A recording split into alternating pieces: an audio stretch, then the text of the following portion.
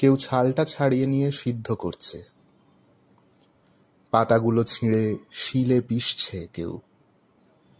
কেউ বা ভাজছে গরম তেলে। খোস, দাঁত, হাজা চুলকুনিতে লাগাবে। চর্মরোগের অব্যর্থ মহৌষধ। কচি পাতাগুলো খায়ও অনেকে, এমনি কাঁচাই, কিংবা ভেজে বেগুন সহযোগে। যকৃতের পক্ষে ভারী উপকার। কচি ডালগুলো ভেঙে চিবোয় কত লোক, দাঁত ভালো থাকে। কবিরাজরা প্রশংসায় পঞ্চমুখ। বাড়ির পাশে গজালে বিজ্ঞরা খুশি হন, বলেন নিমের হাওয়া ভালো, থাক, কেটো না। কাটে না, কিন্তু যত্নও করে না।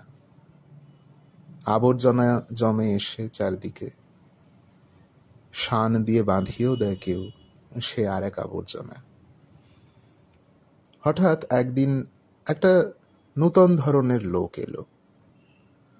মুগ্ধ দৃষ্টিতে চেয়ে রইল নিম গাছের দিকে। ছাল তুললে না, পাতা ছিঁড়লে না, ডাল ভাঙলে না। মুগ্ধ দৃষ্টিতে চেয়ে রইল শুধু। বলে উঠল, বাহ, কি সুন্দর পাতাগুলি, কি রূপ! থোকা থোকা ফুলেরই বা কি বাহার! এক ঝাঁক নক্ষত্র নেমে এসেছে যেন নীল আকাশ থেকে সবুজ সায়রে। বাহ! খানিকক্ষণ চেয়ে থেকে চলে গেল। কবিরাজ নয়, কবি। নিম গাছটার ইচ্ছে করতে লাগলো লোকটার সঙ্গে চলে যায়, কিন্তু পারলে না। মাটির ভিতর শিকড় অনেক দূর চলে গেছে। বাড়ির পিছনে আবর্জনার স্তূপের মধ্যেই দাঁড়িয়ে রইল সে।